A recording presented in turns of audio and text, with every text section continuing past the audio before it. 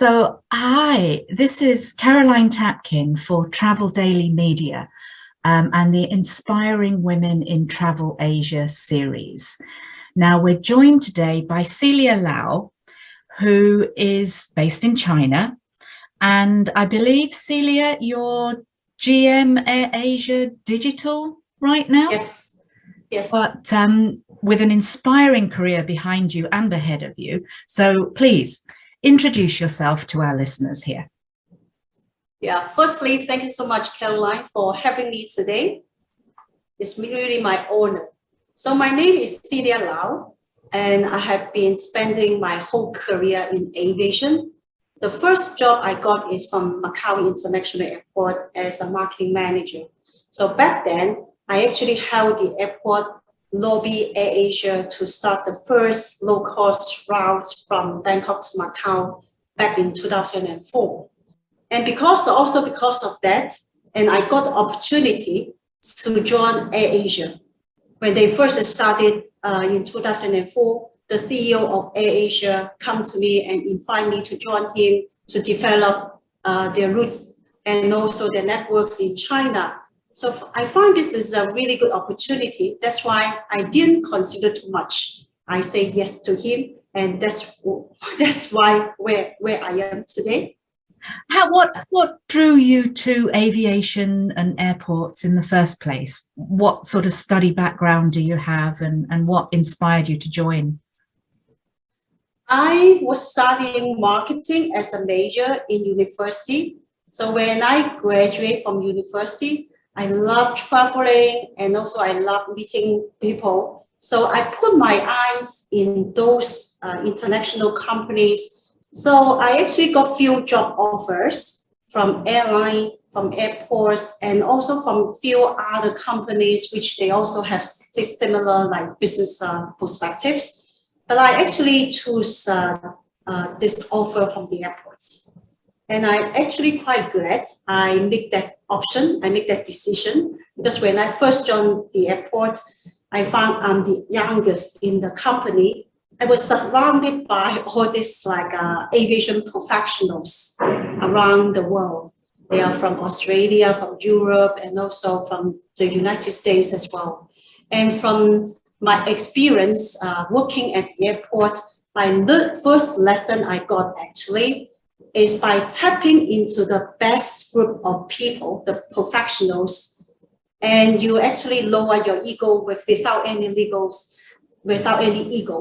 And then you actually be honest to yourself that you know what you don't know, and also you know which part you know, and how they put the team together to make it work. That actually impressed me a lot. And as a marketing position, I need to interact with all departments, from planning department to finance, and also to HR, to PR department as well, just put everything together. So that kind of environment is making me actually to interact with all these professionals from around the world. I can tell you I can grow very fast because I'm as a fresh graduate, right? But of course, you need to have this open mindset. So it's been a continuous journey of learning and education. So where are you today? You said you joined Air Asia. How did that go? When I first joined Air Asia, I was offered the role as a country head of Asia in China. And my responsibility back then is to expand Air Asia's footprint in China. And I'm not sure you remember back in 2004, low-cost model was really new in this region, even in Asia, right? Because Asia is the first low-cost carrier in the region. And by coming to China is more challenged because I understand during that time, even the regulators, the airport authorities, the local governments, even the media has very minimal knowledge about this low-cost operation. So it was quite a risk. Exactly. So it took me tons of hard work and also homework. I did a lot of homework to explain to them what kind of low cost it is. So in order to like explain to them to make them comfortable to give up the license, because every flight, if we want to start to connect the dots from Bangkok, for example, to any dots in China, we need to let the regulator understand what kind of model it is. Because I remember the regulator told me that in their background, they do not approve any low-cost carriers routes from any overseas destinations to China. And back then, they have no such kind of low-cost carrier set up in China yet. The Spring Airline is China's first low-cost airline, but they set up way before, like after Asia started the first route from Bangkok to one of the destinations in China. So they don't have any background. They don't know how to approve it. Mm-hmm. And I remember one of the very challenging questions they asked me, because when I explained to them, low-cost model, our fare can go low as to zero fare. So they freaked out. They said, all fares in China are regulated. In order to maintain the harmony of the market, right, it's impossible for them to approve an airline to offer zero fare to the consumers in the market. This will create a lot of competition. So this is something that we need to explain to the regulators to make them understand this is actually kind of models. We won't create too much interruptions to the market, but we create a different kind of segment. It's totally different from those full service carriers.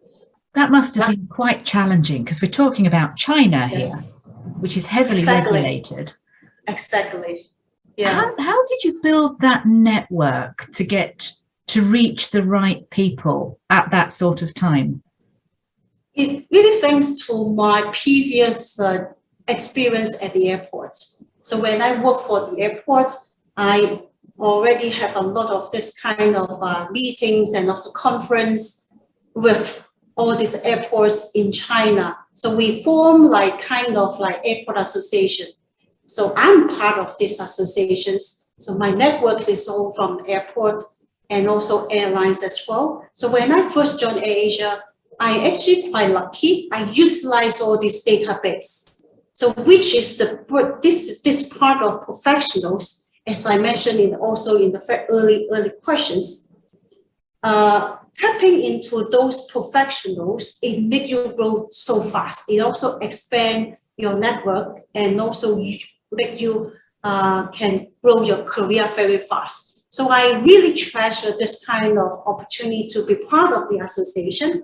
And when I want to connect to certain key persons in China, for example, the regulators or certain airports, they are more open-minded and they accept this kind of low-cost model, it actually enable me to get to the right person faster. And also they understand the concept after this person who are the decision maker, who understand what is low-cost model. So it makes our job much easier. Yeah. And now you're digital. We start our digitalization, I believe it's around 5 years ago, because we see low-cost market is growing very fast. And if you remember, in most of the airports in Southeast Asia, the market share of low-cost carrier is already reached more than 50%. So we can see this market is getting bigger and also more mature. So we find out that utilize our own data to transform this business to bigger potentials or serving a bigger group of people. It is the right time. So 5 years ago, our group CEO started to lead the team, the whole AirAsia group, to transform the business from an airline to a lifestyle, travel, and also digital platform. And this pandemic actually enabled us to move much faster. And my role also changed from an airline executive to manage our passenger flights to the executive to manage our cargo business in China. So that's another big challenges I'm facing, because this cargo business, we also part of our digital transformation. And I need to lead the team. I need to actually set up the whole team and also set up our whole structure in China to build and also to expand our logistic and also cargo business in this Greater China region. So your flexibility throughout your career and your willingness to learn has opened up all these doors for you. Without that flexibility, that networking and that willingness to go above and beyond, exactly. I don't think you'd be where you are today. Exactly. Since young, I must say, I need to thank my parents. Since young, they already plant me, they train me up with this independency and also flexibility. And other thing is they actually saying that if you like something, if you're passionate on something, you must be focused, right? You set your target in certain time, and when you achieve this target, you can, based on the achievements in that level, then you step up, you can achieve higher. It's kind of like a ladder. So this is something that I learned from my parents since very young. And I have this kind of very strong mindset as well. All the difficulties when I encounter, I think back to my parents put up kind of like poster in my room all the time since very young. They said, be focused and chase your dreams. If you encounter any problems, and come back to your instinct, and you understand what is the dream you need to pursue, and then you will regain your power and also your resistance to continue move on. So this is something that I learned from very young.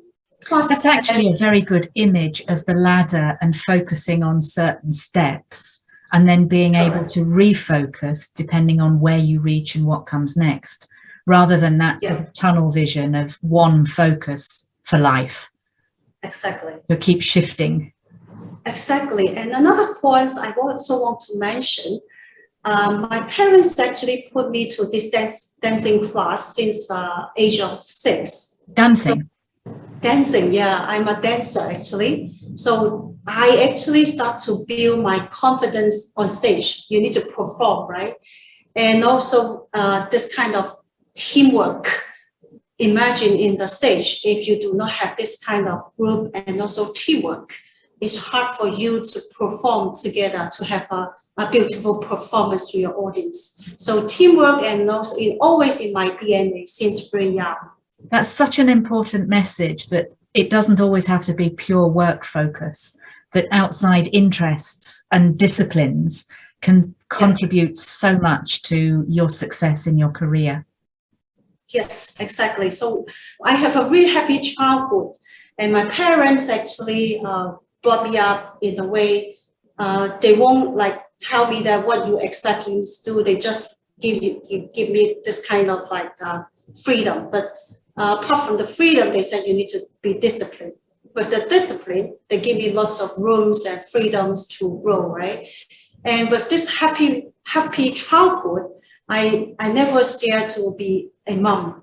So that's why when I get married, a lot of people tell me that if you focus on career, it's not good to have kids, right? Mm. But I love to have kids. And now I have 3 kids already. And they are in the age of, the eldest daughter is already 15, in their teenagers. But I found this is kind of a joyful. And a lot of people saying that I have the toughest job in the world because I'm executive, I'm also a mom, I'm a daughter, and I'm a wife as well. So there's a multi roles I need to perform at the same time.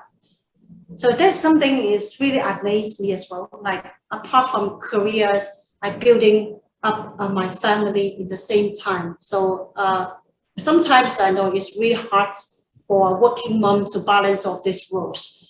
But when you have this kind of positive mindset, when you know that this is something that is kind of like a compulsory element in your life. It's like, it's a part of your life. So you won't feel it is a burden. It's kind of a joy for me, honestly. How do you take care of your own personal well-being? What sort of routines and preparations for the day or the week do you undertake? Yeah, again, discipline.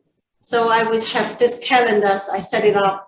So every week I make sure that to spend an hour for yoga. So that's very important. So even now I keep fit. I make sure that myself is in the best situation. So that is also part of the discipline principles I grew up since very young. As I told you, I'm a dancer, right? And what is the future for you in the 5 years, 10 years down the line? I believe I will still pursue this aviation industry because my passion is still here. I love it. And AirAsia is a really good platform. After I set up this passenger routings, and now we are in this digital transformation, and digital transformation is just starting. There's a lot of things I can still grow, and we are still expanding to more destinations around this region to connect our flights back to our hub airports in Malaysia and also Thailand, plus in the Philippines as well. A busy few years ahead of you then. It is, yeah. I still need to build up quite a lot of new team members as well. Train them up and we can work together. And I can actually also pass what I have already developed in the whole career to my team members. That I want to train up the whole team to work together in a better way. Fantastic. So what advice would you give to youngsters who are interested in pursuing a career in aviation? What I have to say is be confident and follow your dreams, follow your instincts. Because when I look back, I actually create a lot of questions to myself from time to time, which actually block my way to move forward. So this is something that if I can tell my younger self or the young generations, especially women, don't question too much on yourself. Just be focused and follow your dreams. That's great. And get a good education. And the world is exactly, yeah.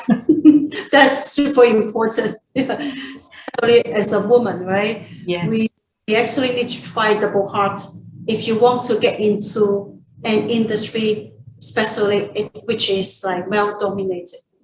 Do you believe that you've had to work twice as hard as your male counterparts to get where you are? I believe so. Because in aviation industry, like one of my roles in Asia, when I first joined Asia, I need to work with and also need to talk to many the senior executives in China, including from the airport authorities, from the government authorities, and also from civil aviation authorities. Most of leaders I met are male, actually, gentlemen. But I need to talk to them. I need to prepare I need to spend double effort to make sure that I catch their attention. Because in their mindset, they expect a gentleman come to see them. When they see, imagine like 18 years ago when I first started my career in China for Asia, I'm quite young actually. So that time when they seeing a young lady come into the meeting room to meet them, to persuade them, to give the license to them, I need to prepare a lot to make sure that my message is very clear. And also what I represent is a foreign carrier. So this is something I need to work really hard. I prepare a lot actually before the meeting, before any meetings. Do you think that's changed very much? Yes, it is actually. Over the last 18 years, I can see the gender equality change a lot in China. They respect women, plus in other part of the world, like in Asia Pacific, which I interactive a lot with, right? So I find that comparing to like 18 years ago, women now is in a much, much better position. So we have these open opportunities to chase our dreams and also to do those kind of areas we want to get into. And like in Asia, we actually have this kind of gender equal opportunities. Even if you look at our captains AirAsia has the biggest number of female captains now. And also in the RAM area, in engineers, all areas we have women. So this is something changed a lot in the past 18 years. I'm really happy to see this trend happen in aviation as well. In the industry, I really love to. Fantastic news for girls coming up, isn't it? So as a final message to young ladies wanting to join the industry, really, it's just that it's your own head that's holding you back. If you want it, go for it. True. And plus, another message I want to give it to the young female generations. Be prepared yourself. Make sure that you add value. You have values, no matter which position you are, for sure that you can find your place. So that's something that I learned in my whole career journey as well. I think that's a fantastic message to finish on. So Celia Lao, thank you very much for your time today. And we wish you every success in the coming years with AirAsia. Same to you. Thank you so much, Caroline.